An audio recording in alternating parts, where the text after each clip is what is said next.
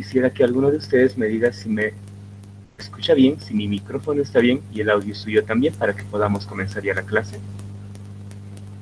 Buenas noches, licenciado. ¿Sí se me escucha bien? Bien, te agradezco bastante. Comencemos la clase. Muchas gracias, Maribel.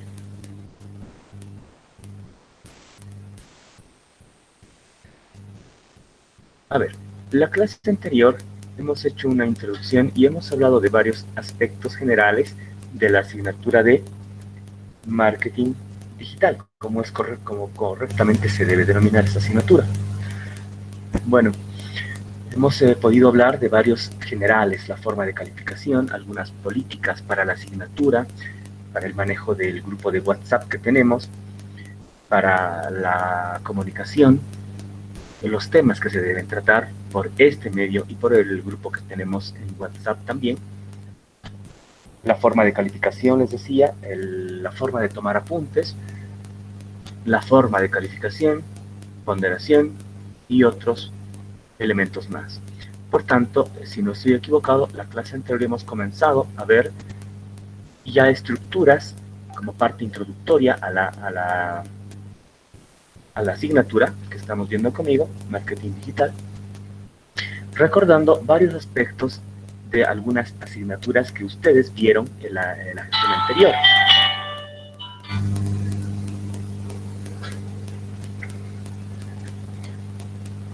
Entonces voy a hacer lo siguiente, quisiera que ustedes vayan tomando apuntes de todo lo que yo vaya hablando. Yo voy a mostrar y exponer una presentación, les decía, vamos a hablar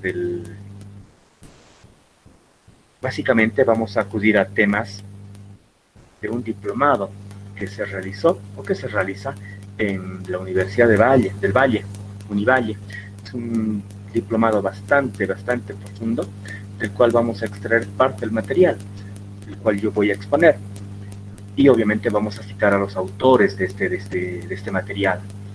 Y obviamente también nosotros vamos a ir complementando con varios ejemplos. Es por eso que esta presentación yo no acostumbro solamente a leer las diapositivas, no tiene sentido, sino sobre el material y contenido que tenemos en las mismas, ir ampliando con ejemplos, casos y demás, como debe ser una presentación.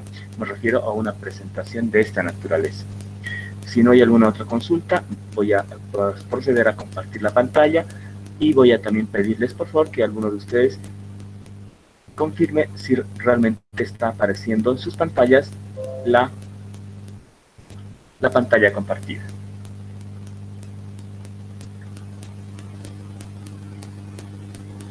¿Alguien de ustedes me puede decir o si ya Sí, observa la pantalla? licenciado. ¿Puede visualizar su pantalla? ¿Se puede ver? Sí, licenciado, Sí, se licenciado. pantalla, se puede ver. Ok, muchísimas gracias. Muchas gracias por la retroalimentación, la respuesta inmediata. Como ustedes pueden observar,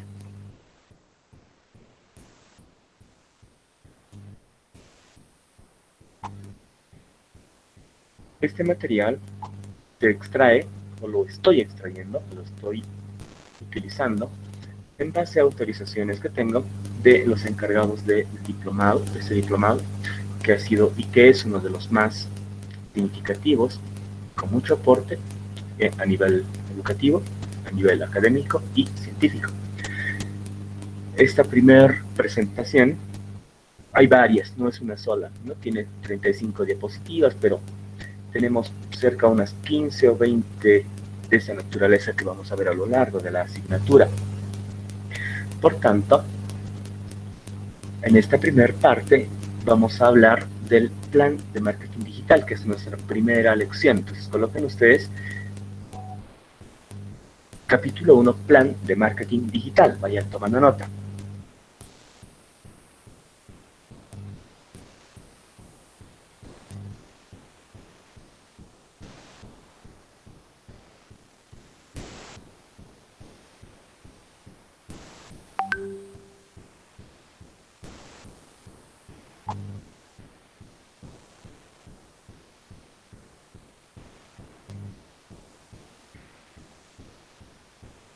este tema de este diplomado, que se relaciona con marketing digital y redes sociales, lo ha desarrollado el señor Denis Cristian Cejas Cejas, MBA. MBA, jóvenes, para complemento de la explicación, MBA significa, MBA es un curso de posgrado, una maestría. MBA significa Marketing, Business and Administration. MBA, eso para complemento de la... ¿ya? De todas maneras, jóvenes, si ustedes quieren preguntar algo sobre lo que estamos avanzando y no les queda claro, por favor, pueden interrumpir la clase, pueden habilitar su micrófono y yo les voy a escuchar, les vamos a escuchar y vamos a ir complementando.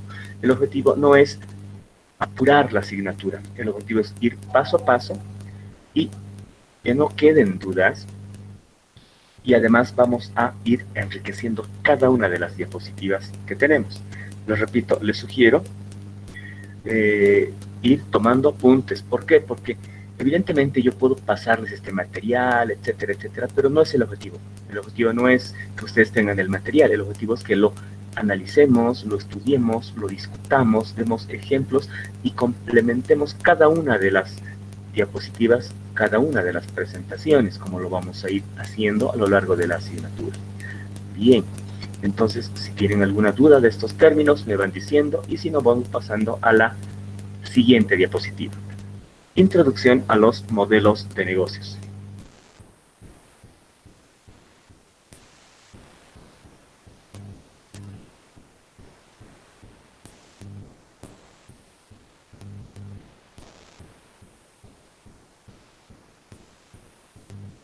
Licenciado, no se le escucha.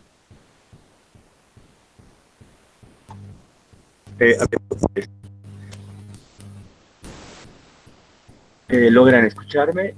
¿Está clara el tono de voz? ¿Tengo que hablar un poquito más fuerte?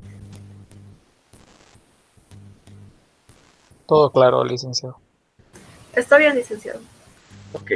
De todas maneras, jóvenes, les agradezco mucho la retroalimentación, porque no nos olvidemos que los fallos del sistema nos afectan a todos, a todas. Por tanto, si de pronto yo empiezo a hablar un poco suave, me dicen, dígame en confianza, yo voy a tratar de hablar un poco más fuerte, más pausado.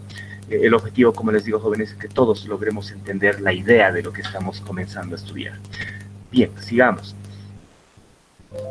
Vamos a ver en esta primera etapa, la introducción a los modelos de negocios. Habíamos hablado, si no estoy equivocado, la clase anterior, de los conceptos de modelos, y habíamos hablado de los modelos, varios aspectos, como ser modelo, paradigma, modelo, relación o interrelación de variables, algunas dependientes, algunas independientes. Habíamos hablado también del término negocio, ¿ya? Que se diferencia del término negociado. En un negocio, decíamos, se encuentra, el negocio es un resultado, producto de una operación en un mercado. En este mercado participan varios elementos: oferentes, demandantes, proveedores, clientes. Estos intercambian bienes o servicios. En otras palabras, intercambian productos. Estos productos son intercambiados en función a la satisfacción que una parte necesita lograr y la satisfacción de la otra parte. Ambas necesitan algún grado de satisfacción. Uno, por contar con el bien, con el servicio o con el producto, y la otra con la satisfacción de recuperar lo invertido a través del precio o pago que puede recibir del cliente o demandante. Entonces, cuando hay satisfacción de las partes intervinientes, las partes involucradas en una operación o una transacción comercial, entonces se dice y se habla del término negocio o negociación, a diferencia del término negociado, donde ambas partes también pueden salir satisfechas luego de realizar alguna operación, alguna transacción o algún intercambio. Sin embargo, tiende el negociado a ser ilícito. En cambio, el negocio o la negociación está dentro de lo lícito. ¿Alguna duda respecto de estos términos? Porque vamos a hablar de varios aspectos inherentes a la realización de diferentes tipos de negocios, es decir, modelos de negocios. Si no hay alguna consulta,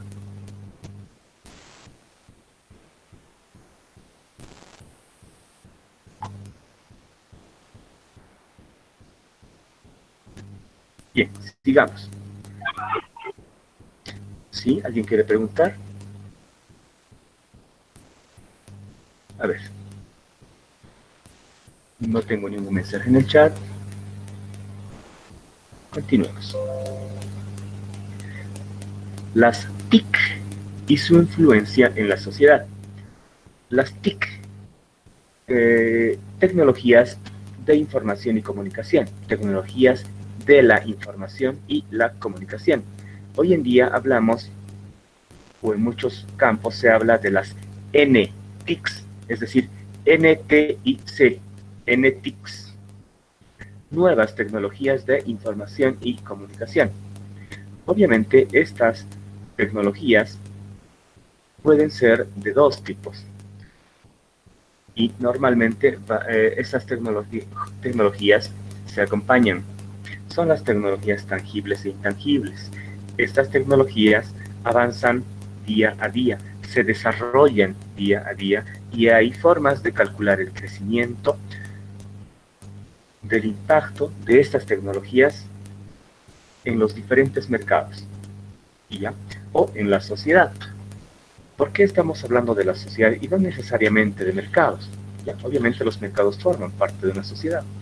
¿Por qué? Porque muchas veces las personas no siempre realizan negocios, pero tienen bastante influencia de las tecnologías por las cuales o como las cuales se comunican. Voy a darles un ejemplo. Hace unos, cerca a principios de los años 90, bueno, cuando la mayoría de ustedes ni siquiera existía, en el medio social, en el común, en la población, no existía la comunicación celular, es decir, la comunicación o la telefonía celular, no existía.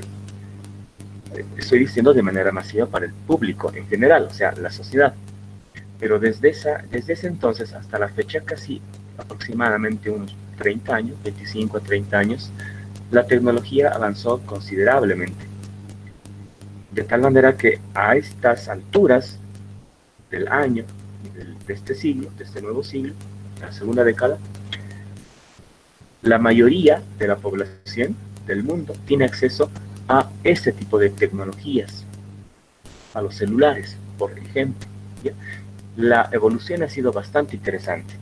En ese entonces, ningún estudiante, muy pocas personas, empresarios, tenían acceso a un dispositivo móvil.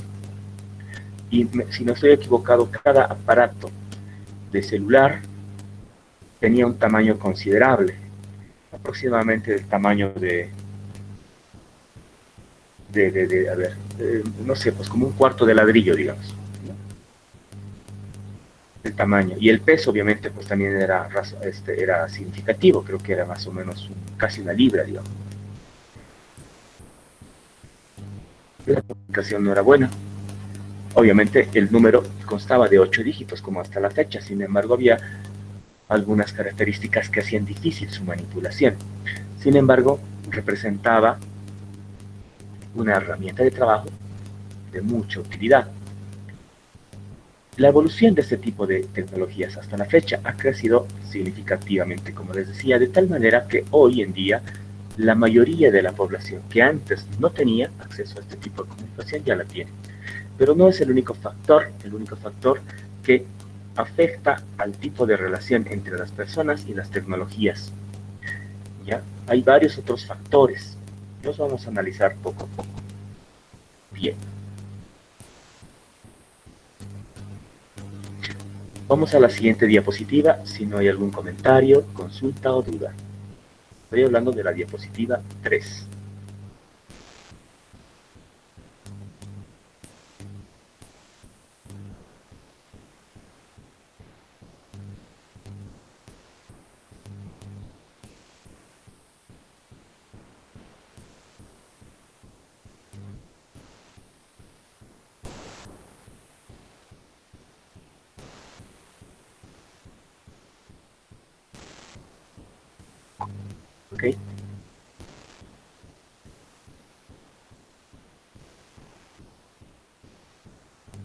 Hablemos de la sociedad respecto de diferentes tipos de agrupaciones de información. No nos olvidemos que el entorno donde ustedes se desenvuelven, o donde ustedes realizan o desarrollan sus actividades, generan muchas informaciones. Y no solo informaciones, sino datos. Y los datos se convierten en informaciones cuando estos son tratados y estudiados, ¿sí?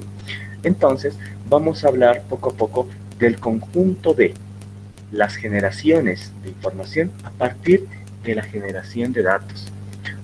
La mayoría de las personas en sus diferentes actividades generan conocimiento, generan experiencias y generan estadísticas. A propósito, no sé si este semestre, o mejor dicho, este año, el segundo que usted está cursando, hay alguna asignatura que se relacione con la estadística.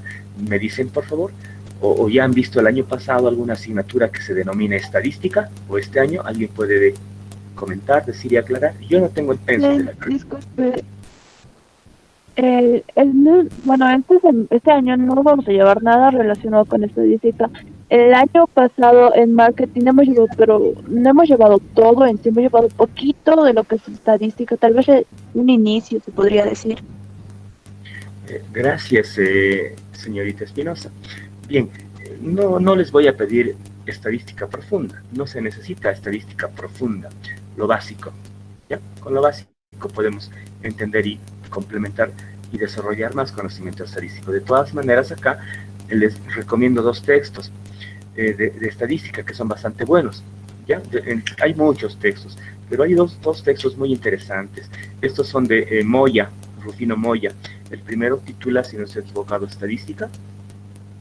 Creo que es solamente estadística, y el segundo se denomina o se llama inferencia estadística o estadística inferencial, también del mismo autor.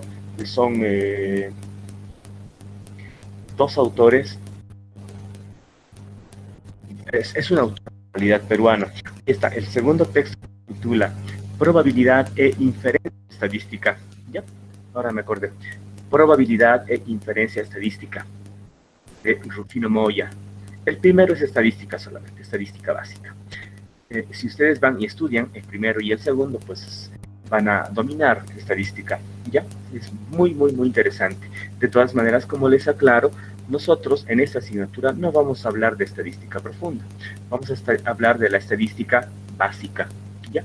Y si no han avanzado mucho de estadística, yo les voy a explicar algo básico y no es complicado entender. Ok, continuemos. Les decía, la sociedad, normalmente en movimiento, genera mucha información, y esta información a partir de las operaciones básicas y o actividades que realiza esta y la generación de datos. Entonces decimos, los datos trabajados sistemáticamente generan información. A propósito, la información, hablemos brevemente de la información. La información es el resultado de haber elaborado, trabajado, utilizado, parametrizado los datos. Los datos son fríos, pero cuando los datos son trabajados, analizados, comparados, medidos, entonces estos generan información. Pregunta para ustedes. Responda la persona que desee, levanta la mano o directamente habilita su micrófono, ¿ya? Son 50, ya ver cuántas personas están en clases, 56. Si les pregunto uno por uno se nos va el tiempo, es difícil, ¿ya? Por tanto, vamos a ver de manera aleatoria o cuando ustedes prefieran, decidan participar, habilitan su micrófono y lo hacen, por favor. ¿Qué es la información? Primera pregunta. ¿Responde alguien? A ver, vamos, adelante. Licenciado, buenas noches. La información llega a ser un conjunto de datos que, como usted había mencionado también, esos datos son procesados y esa información nos sirve también para tener un determinado conocimiento. Claro que sí, claro que sí. No se olviden que las informaciones generan conocimiento. Y la información de dónde se origina, de los datos, cuando estos se han trabajado, elaborado, estudiado, tratado, estructurado, formateados y demás, han generado información. Excelente, muchas gracias, señorita Cruz Kisberg. ¿Para qué sirve la información? La información, bueno, sirve para muchas cosas. A ver, ¿dónde estamos con Herrera Nina Ingrid? Herrera Nina, ¿para qué sirve la información? ¿Para qué puede servir la información? Hola, ¿cómo estás, Ingrid? Licenciado, la información nos sirve para tener conocimiento de lo que sucede en el comportamiento de las personas. Ahí nos brinda información de qué consumen más, qué consumen menos, con qué emoción causa, y podemos tener información en base a eso. Gracias, Ingrid, por la respuesta. Yo voy a ir complementando.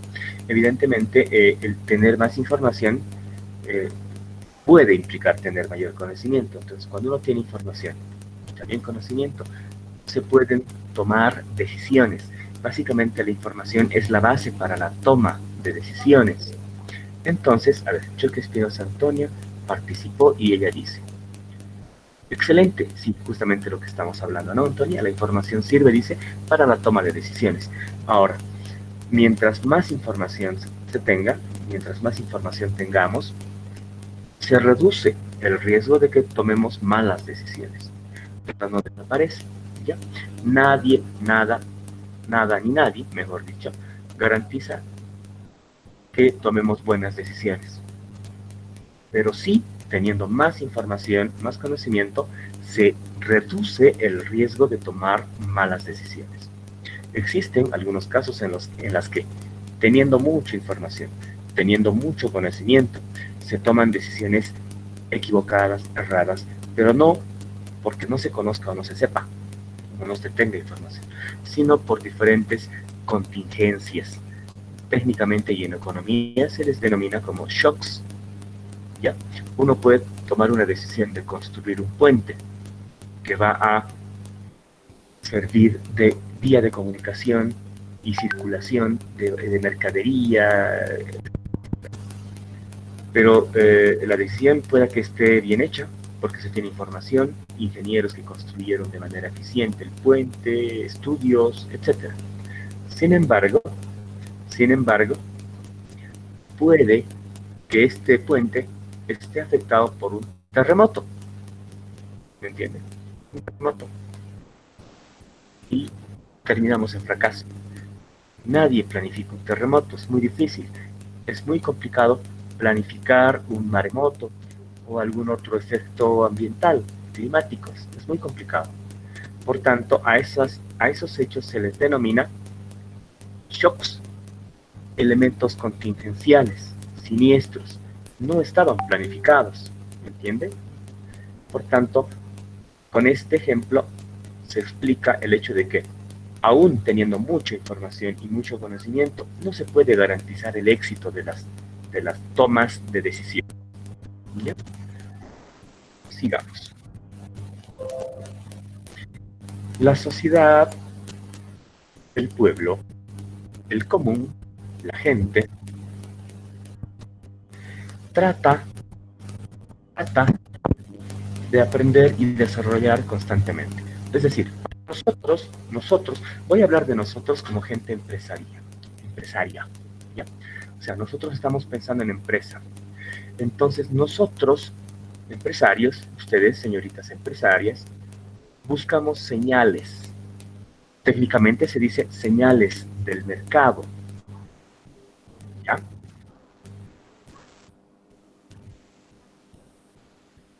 Entonces, nosotros, empresarios, ustedes, empresarias, necesitamos esas señales. En base a esas señales del mercado, nosotros vamos a poder analizar una situación, hacer investigación de mercado, hacer estudios de mercado, de tal manera que podamos nosotros generar algún producto y satisfacer alguna necesidad que ha surgido de las señales del mercado. Es una de las opciones. Por tanto, los datos generan información, las informaciones ya aplicadas generan conocimiento. Entonces todo esto le sirve a una empresa para que ésta no solamente tome decisiones simples, sino tome decisiones estructuradas, trabajadas, pensadas, planificadas, definidas en plazos, asociadas a cronogramas de actividades, de tal manera que se aproveche ese conocimiento, ese dato, información y conocimiento, para obtener algo del mercado. ¿Qué será ese algo? ¿Qué nos interesa a nosotros, empresarios, obtener del mercado? Consumidores, ¿sí? Sí, consumidores. Mientras más clientes, pues se cumplen mayores objetivos empresariales. Excelente. ¿Qué más? Hay varias cosas, no hay una sola. ¿Qué más buscamos nosotros como empresa del mercado?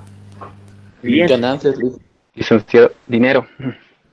Claro que sí, dinero, porque el dinero que nosotros podamos captar de los clientes nos van a ayudar a que nuestro nivel de beneficio pueda ser mayor.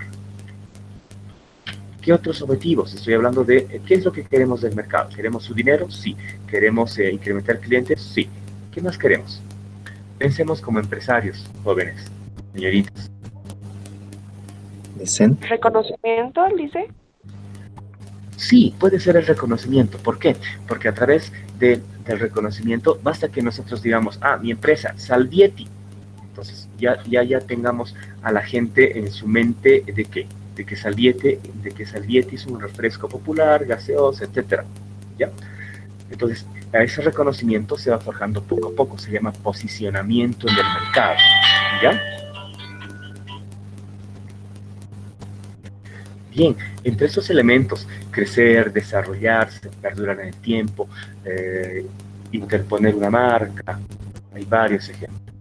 ¿Ya?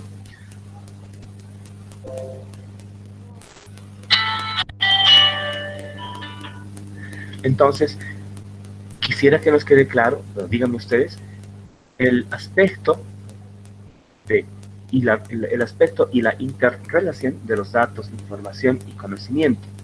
¿Ya? ¿De dónde se originan y dónde se originan? En el entorno. Ojo, estoy hablando entorno, no estoy diciendo entorno, no son dos palabras. Entorno significa otra cosa. Entorno, palabra junta, ¿ya? La palabra, mejor dicho, significa otra cosa. Significa el medio. Para términos más fáciles de entender, sociedad. Otro ejemplo, mercado. ¿Ya? Bueno, entonces acá se generan algunos tipos de fuerzas, y las fuerzas realizan impulso, y estos impulsos nos van a generar cambios. A propósito del cambio, jóvenes, normalmente y por naturaleza de la persona, del ser humano, la mayoría de las personas, o sea, de no ser absolutista, ¿ya? Y si alguna vez lo hago, pues corríjanme. No puedo decir todos, ¿no? Todas, no puedo decir así. Lo correcto es la mayoría. Y la mayoría puede ser 50 más 1, 50% más 1, ¿ya? O la mayoría también puede ser 90, 99, ¿ya? Por tanto, podemos y debemos hablar de la mayoría, la minoría, es significativo, es no significativo, esa es la forma de hablar. Entonces les decía, el ser humano por naturaleza, la mayoría de los seres humanos, mejor dicho, por naturaleza, son aversos al cambio. No estoy diciendo adversos, estoy diciendo aversos. Es decir, que no les gusta el cambio. Voy a dar un ejemplo con ustedes, a ver, con alguna persona de la lista. A ver. Tenemos acá a Mamani Alanoca. Pero no me aparece el nombre completo, he tratado de maximizar, pero bueno. Mamani Alanoca Cintia debe ser. Sí, presente, licenciado. Ok, gracias. Voy a hacer un ejemplo contigo. Ya, no te preocupes. Voy a utilizar sus nombres de ustedes. ¿Ya? Onofre, a Mamani apaga tu micrófono. Mamani Alanoca Cintia. Supongamos que a Mamani Alanoca le dicen, desde mañana vas a trabajar en Santa Cruz. Lo primero que la mayoría de las personas hace es reaccionar. Y de una manera aversa. Dice no. Ya después, el siguiente paso es pensar un poco más y decir, bueno, me van a pagar más, dónde voy a vivir, el costo de vida, el transporte, la temperatura, el medio ambiente, el nivel del costo de vida, como les dije, etc. Pero la mayoría piensa, o sea, lo que la mayoría piensa primero es, o lo que la mayoría, o cómo la mayoría reacciona primero, es con una posición negativa. No al cambio. Otro ejemplo, ustedes tienen, cualquiera de ustedes, nosotros tenemos una zona o villa donde vivimos, ¿ya? Y de pronto hay la posibilidad de ir a vivir a otra zona. Lo primero que vamos a hacer, la mayoría, es que rechazamos ese cambio. En sus trabajos, de pronto están acostumbrados a su escritorio, a su computadora y a su ambiente, un cubículo, una oficina con vista a la calle, no sé. Y de pronto les dicen, no, a partir de mañana hay que ir a trabajar al sótano. Muchos no van a querer ir a trabajar al sótano. O estando trabajando en el sótano, no van a querer ir a otro ambiente. A eso se denomina aversión al cambio, aversión a algo. ¿Ya? Por tanto, la mayoría de las personas son aversas al cambio, no les gusta el cambio. Sin embargo, el cambio no es negativo. La mayoría de las veces, el cambio es positivo. ¿Qué implica el cambio? El cambio implica el tratamiento de tres elementos principales. ¿Ya? Tres elementos principales que se interrelacionan entre sí bastante. Hablemos de cada uno de ellos. La globalización. ¿Qué será la globalización? Vamos. A ver. Aquí está Onofre Mamani dice Zulma debe ser. Está con el micrófono activado. Aprovechemos eso. Zulma, Onofre Mamani, Zulma debe ser. Bien, la pregunta es para ti. ¿Qué entiendes tú por globalización?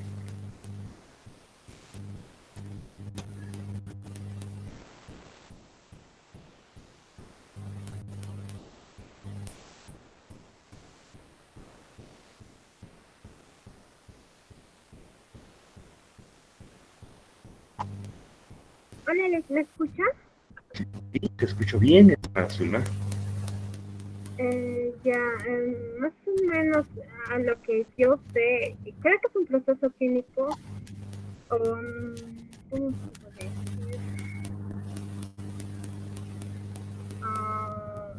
Es un proceso tecnológico, social, cultural, a escala mundial que consiste en la creciente comunicación. Sí, claro que sí. Voy a complementar tu respuesta. Muchas gracias. A ver, la globalización es un término bastante interesante que se ha utilizado en el mercado, en las distintas disciplinas, como ser, y principalmente en economía, administración, política, ¿ya? Desde los años 30 o 40 aproximadamente, en un periodo de tiempo entre la Primera Guerra Mundial y la Segunda Guerra Mundial. ¿Qué significa globalización? Ya, si ustedes, les sugiero no buscar el concepto en internet. Yo no lo estoy haciendo. Yo voy a hablar de memoria, digamos, lo que yo conozco y lo que yo he aprendido en la vida profesional, en la experiencia, etcétera. ¿Ya? Entonces, la globalización, jóvenes, inicialmente se ha generado en términos económicos. ¿Ya? Cuando alguien decía globalización, automáticamente a su mente iba el término economía. Economía como una ciencia que se encarga de la asignación de recursos escasos a múltiples necesidades. Así dice más o menos, ¿no? El concepto de economía. Recursos escasos a múltiples necesidades. Bueno, cuando un producto es más escaso, pues tiene más valor. ¿Ya? Es la lógica en el mercado, en cualquier tipo de mercado. ¿Ya? Entonces, ¿por qué ha surgido la globalización? ¿Por qué? Porque muchos países han estado con distintas políticas económicas, con distintos modelos económicos, de tal manera que estos modelos les den la solución a la pobreza o a la crisis que muchos países en el mundo atravesaban. Entonces la globalización ha permitido interactuar. Ejemplo, un país generaba un modelo económico, le funcionaba, entonces generaba mayor crecimiento y desarrollo. Ese modelo lo podía se podía aplicar a otro país. Si lo aplicaban tal y cual, no siempre funcionaba. Entonces se adecuaban los modelos. Había una interrelación y un intercambio del desarrollo de esas políticas económicas principalmente. Y eso ha funcionado en muchos países europeos, básicamente después de la Segunda Guerra Mundial. Les voy a dar otro ejemplo de globalización en términos económicos. Estoy hablando ya de la historia boliviana. En Bolivia ha habido una época de crisis, una de las más grandes crisis que ha vivido Bolivia. Estoy hablando crisis a nivel de ratios económicos y pobreza principalmente. Bueno, Bolivia en la mayor parte de su vida ha estado en crisis. ¿Ya? Y hoy en día también estamos en crisis. Que estemos mal o bien, pues es discutible. Entonces, los peores indicadores macroeconómicos de Bolivia se han dado en el primer quinquenio de la década de los 80. En el gobierno del señor o del doctor Hernán Siles Suazo. Bien, donde la inflación ha crecido de tal manera que ya no había nombre para la inflación, pues se le llamó hiperinflación. Pero la hiperinflación quedó corta ante la hiperinflación que atravesaba el Estado. Un ejemplo de esta hiperinflación es interesante. Ustedes o el trabajador iba a cobrar su sueldo, por decir 10.000 bolivianos, porque también en ese entonces la moneda era bolivianos. Después pesos y otra vez bolivianos. No, eran pesos bolivianos, perdón. Entonces 10.000 pesos bolivianos, digamos, ¿no?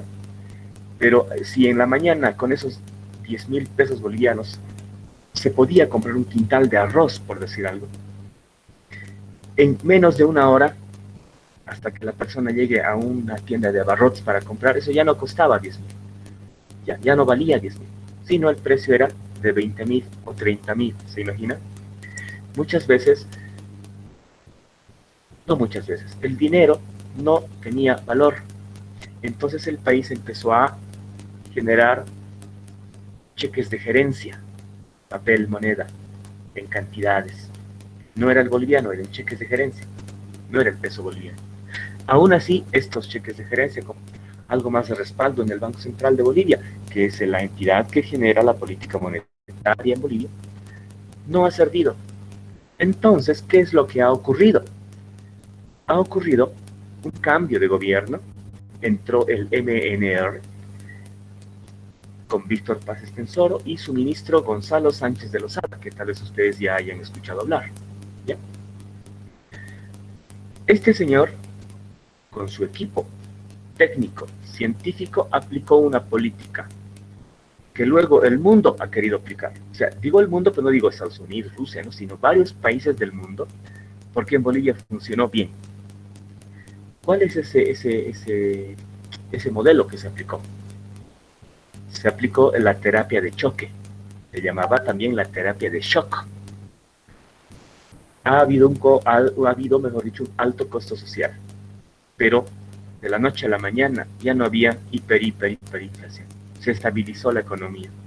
Y desde ese entonces hasta la fecha no se ha llegado a esos niveles de hiperinflación, mega hiperinflación, digamos. ¿Entienden? Ya se estabilizó. Eso admiró a varios países del mundo que atravesaban situaciones similares. Por términos de globalización, ahora vuelvo al tema, le han pedido a Bolivia asesoramiento, o sea, no digo a Bolivia como país, sino a los encargados de haber aplicado esa terapia de choque o shock en sus países. Funcionó en algunos no ha funcionado. Pero ahí va el término de globalización y en economía. ¿Por qué? Porque se hablaba de globalización para el intercambio de modelos de economías y de políticas, economías políticas. Sin embargo, este término, desde los años 80, 90 hasta la fecha, se ha ido desarrollando de tal manera que no solamente se utiliza en el aspecto político o en el aspecto económico. Hoy en día se utiliza en todas las ramas, en todas las disciplinas, globalización. ¿Por qué? Porque los sistemas de comunicación han trascendido de manera muy significativa. Un ejemplo es que hoy en día cualquiera de nosotros, cualquiera de ustedes puede tener un canal, ¿no? Un canal, y difundir programas, producciones, tratados, estudios, investigaciones, música, etcétera. Cualquiera lo puede hacer. Hasta hace años, en Bolivia, bueno, les voy a contar parte de la historia para que ustedes conozcan algo más. A ver, el único canal de televisión en Bolivia era Canal 7. Muy buenos programas. Después apareció, después de años, Canal 13. Después Canal 9, Paseña de Televisión. Canal 2, Telesistema Boliviano. Así es más o menos la historia, ¿no? Creo que a la fecha tenemos unos 15 canales, 20 canales de televisión. Pero esos ya están siendo desplazados, porque la tecnología le ha permitido a la persona, a la sociedad, al mercado, poder contar y desarrollar su propio canal en redes sociales, en medios sociales, a través de Internet. Hoy en día tenemos mayor acceso a la tecnología. Miren, si hubiésemos estado en pandemia, en aquel entonces, simplemente no podíamos pasar clases virtuales porque nadie tenía Internet. No había Internet. La gente no contábamos con celulares. ¿Se imaginan ustedes un mundo en este momento que les quiten a todos su celular? Creo que entraríamos en un colapso, ¿no? Colapso. ¿Por qué? Porque nos hemos acostumbrado a una forma de comunicación constante. Si perdemos ese sistema de comunicación, el mundo enloquecería, así como estamos. ¿Ya? A ver, ustedes imaginariamente piensen que no tienen celular. Se cortó el sistema, su celular se borró, no hay nada. No pueden conectarse ni contactarse. ¿Qué harían? Entraríamos en un aspecto del caos informático.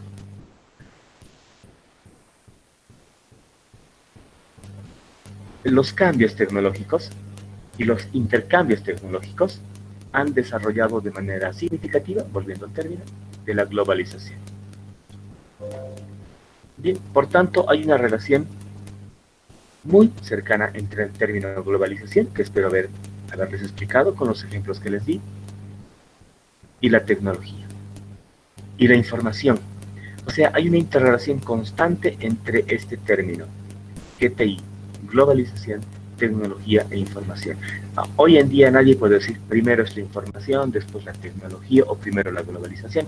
Hoy en día puede ser cualquiera de esos términos, primero o segundo, tercero. Hay una interrelación constante. Estas generan o son denominadas las fuerzas para que pueda haber cambio. Otro ejemplo triste en nuestros días, triste para algunas generaciones. Vamos pronto a hablar también de la generación de los millennials, la generación X, etcétera. Pero comparemos. Ustedes en promedio tienen, a ver, ¿cuántos años tienen ustedes en promedio? En el segundo año, salieron a los 18, como que ustedes en promedio tienen 20 años. Algunos más, algunos menos, en promedio. Eso nos sirve la estadística, ¿no? Porque la estadística también maneja promedios. Bueno, les apuesto que ustedes tienen un nivel de conocimiento en el manejo del aparato celular. Estoy seguro que sus hijos, bueno, si tuviesen, no sé, tal vez algunos tengan, o sus sobrinos o sus hermanos menores de 10 años, 5, conocen y saben y manejan mejor que ustedes. Porque eso es lo que ocurre ante una evolución tecnológica. O sea, ustedes ya quedaron obsoletos en esa parte. Si no están al día, simplemente esos niños les van a sobrepasar. Pero esos niños cuando cumplan 20, 25, 30 años, va a haber otra generación que también va a sobrepasar en el manejo de la tecnología actual para ese tiempo. Eso pasa hoy en día con varios de nosotros. Yo me incluyo en eso. Hay muchos docentes, no estoy hablando mal, si lo hago, pues dígame. No estoy hablando mal, estoy dándoles ejemplos reales. Hay algunos docentes, colegas, yo me voy a incluir en ellos, ¿ya? Que no sabemos manejar un mouse, ¿no? O no sabemos encender una computadora. Nuestro mundo era otro. En nuestro mundo no había computadoras, había máquinas de escribir. Las palabras. Yo hacía trabajos en máquinas de escribir. Y si no estoy actualizado, pues no sirve. El profesional que no se actualiza queda obsoleto y no sirve, independientemente de la edad. Hay algunos docentes que manejan muy bien porque han estado en constante actualización, ¿ya? Pero la mayoría no. ¿Ya? Muchos docentes, colegas, ¿ya? No solamente del INCO, sino de otras instituciones, creo que no tienen un celular, un smartphone. Tienen solamente sus celulares con gama menor, que solamente tiene teclas y solamente sirve para mandar SMS y recibir llamadas y hacer llamadas. Porque la lógica de esas personas es, pues no sirve para otra cosa, yo necesito un celular solamente para llamar y recibir llamadas. Esa respuesta no está mal hasta hace unos 15 años, ¿no? Pero hoy en día ya no. Nosotros, todos, podemos tener una oficina completa, un escritorio completo, videos, bibliotecas virtuales, todo en el celular. Y si no lo tenemos porque la memoria no alcanza, pues a través del celular e internet vamos a la nube. Y en la nube encontramos todo lo que nosotros queramos. ¿Ya? He ahí la importancia de la relación entre la globalización, tecnología y la información, como fuerzas que ayudan al cambio. Y los que no están en el tren del cambio, simplemente se desplazan. ¿Ya? Se desplazan. Otro ejemplo, les voy a dar un ejemplo con la profesión del contador. Evidentemente, los conceptos de contabilidad se siguen manteniendo desde hace siglos, ¿no? Que la contabilidad, que el debe, que el haber, etcétera, etcétera. Pero si el contador no está actualizado, no va a saber cómo declarar impuestos, en qué formulario, en qué sistema, o si ha habido algunos cambios, alguna resolución que dice presentar esto por tal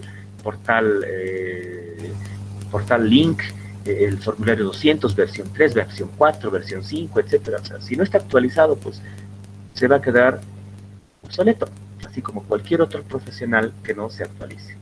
Con esas aclaraciones, si hubiese alguna consulta o participación, dígame por favor antes de ir a la diapositiva 6.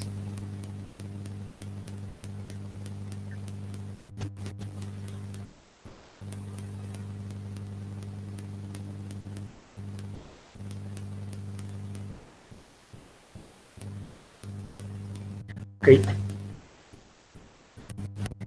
Estos elementos, la interrelación de estos elementos, la globalización, la información y la tecnología, generan nuevas formas y nuevas formas de hacer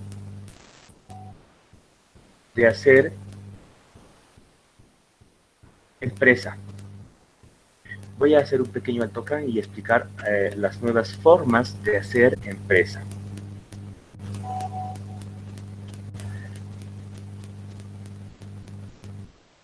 El concepto tradicional de empresa, la imaginación que la mayoría tiene de una empresa, es que una persona está sentada en su escritorio, en su oficina, mira por su ventana y hay varios vehículos y de pronto más allá una planta generadora, tenemos varias máquinas, obreros. Eso es lo que la mayoría piensa de una empresa.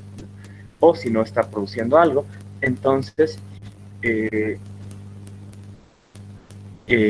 simplemente estamos distribuyendo, pero igual aún así vamos a tener obreros, cargadores, estibadores, secretarios, contadores. O sea, es lo tradicional de una empresa. Pero esto hasta hace unos años atrás, pero con el desarrollo tecnológico actual, una empresa que tenga 100 empleados no es más grande que una empresa que tenga 3. Antes una empresa grande era pues la que tenía más edificios, más oficinas, más metros cuadrados de terreno, más vehículos, más valor en activos fijos, más maquinaria y demás, ¿no? Hoy en día no. Podemos mover, a ver, imagínense, una empresa de 100 personas con 100 empleados puede mover al mes 100.000 bolivianos. Una empresa con 4 personas puede mover al mes 1.000.000 de bolivianos. El concepto de empresa hoy en día es diferente al de los años anteriores. Hay personas que han generado en esta época de pandemia sistemas de comunicación que les han redituado más que cualquier otra empresa que tenga más años. Muchas empresas han revolucionado las ventas a través del uso de Internet, medios sociales. Entonces, jóvenes, señoritas, hoy en día se nos presentan nuevos retos. Nuevos retos. No podemos pensar con el conocimiento del siglo pasado. Tenemos que pensar con el conocimiento actual. Tenemos que empezar a movernos con el conocimiento e información actual y proyectarnos ante cambios mucho más acelerados todavía. Si no estamos listos para el cambio y actualización constante, nos vamos a quedar obsoletos todos. No digo todos como personas solamente, sino como profesionales y o como empresas. El concepto de empresa, para concluir esa parte, ha cambiado. No es el tradicional. Es más, una empresa puede ser una persona y generar millones desde su casa.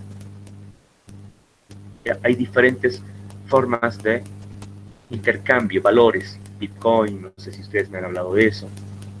Ya la moneda física ya poco a poco va a quedar obsoleta. La mayoría ya va a empezar a utilizar tarjetas plásticas, mejor dicho, moneda plástica. Ya.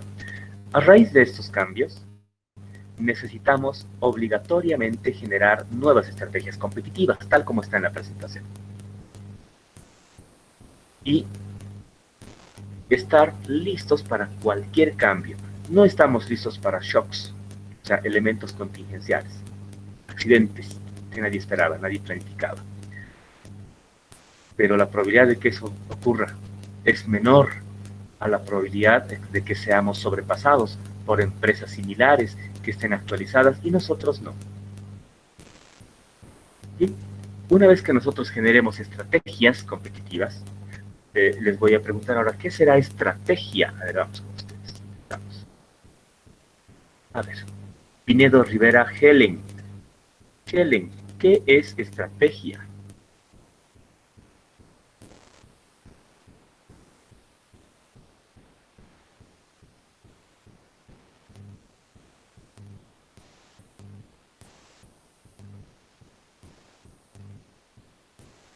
Si no puedes habilitar tu micrófono, está el chat. Pinedo Rivera. Yuhra Suxo levantó la mano. Adelante, Yuhra Suxo. Una estrategia es una metodología que te ayuda a enfocar un problema o llegar a una situación analizando de manera diferente a través de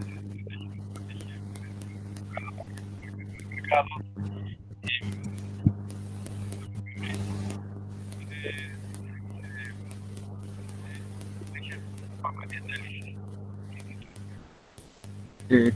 Ya, creo que hay una pequeña dificultad en tu micrófono. Al principio te hemos escuchado bien, pero he captado la idea, Jimmy. Muchas gracias. Jimmy comenzó diciendo que la estrategia es una metodología. Sí, evidentemente es una metodología, porque así como ha habido diferentes pasos para lograr algo, métodos, también la estrategia sería en una secuencia de pasos. Claro que sí, la estrategia es una metodología. Es un conjunto de metodologías, en otras palabras, secuencia de pasos para lograr objetivos. A su vez, también la estrategia se denomina guía de acción activa, dinámica. Ahora, esta estrategia tiende a ser competitiva. ¿Qué significa el término competitividad? A ver, vamos con Vargas Nina Lucero. ¿Estás ahí? Vargas Nina Lucero. Buenas noches, licenciado. Hola, Lucero. Perdón, licenciado, ¿podría repetirme la pregunta? No la escuché bien. No te preocupes. La pregunta era, ¿qué es competitividad?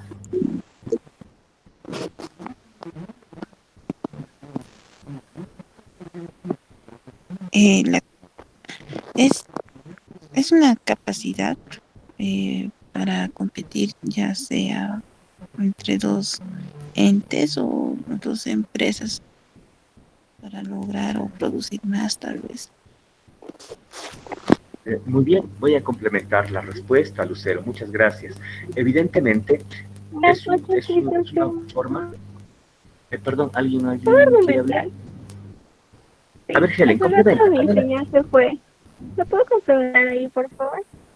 Claro que sí, Helen, adelante. Competitividad sería de que digamos que en otra empresa estamos ofreciendo el mismo producto. Competitividad sería que nosotros ofrezcamos lo mismo, pero digamos a un precio más bajo, o dando mayores, o seleccionando sus necesidades mejor que la otra empresa. O sea, sí, con otra empresa ofreciendo lo mismo, pero nosotros ya lo daríamos a un menor precio, o ofreceríamos promociones, o mejoraríamos más el producto. Excelente, Helen. Muchísimas gracias. Hay varias formas de demostrar competitividad. Competitividad implica eficiencia. Eficiencia es lo mismo que óptimo. Estos términos tienen que ver con reducir el costo y reducir el tiempo. Entonces estamos siendo competitivos, pero no solo por eso, ¿no? Bien, uno es competitivo mientras más conocimiento tenga. Es otra forma de ser competitivo.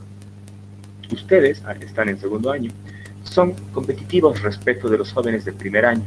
Saben un poco más, ¿ya? Saben un poco más. Desde ese punto de vista del conocimiento, son competitivos respecto de los muchachos de primer año. No es lo único que implica la competitividad, hay muchos otros factores que los vamos a complementar ya la próxima clase. Son las 9 de la noche, no quiero cansarles, ya tienen ustedes que entrar a otra sesión, entonces les agradezco por la presencia y existencia, ya hay control de vista, les agradezco nuevamente, hasta la próxima clase jóvenes, no les voy a dar ninguna tarea, solamente repasar lo que hemos avanzado. Hasta la próxima clase jóvenes. Hasta luego, licenciado. Hasta luego,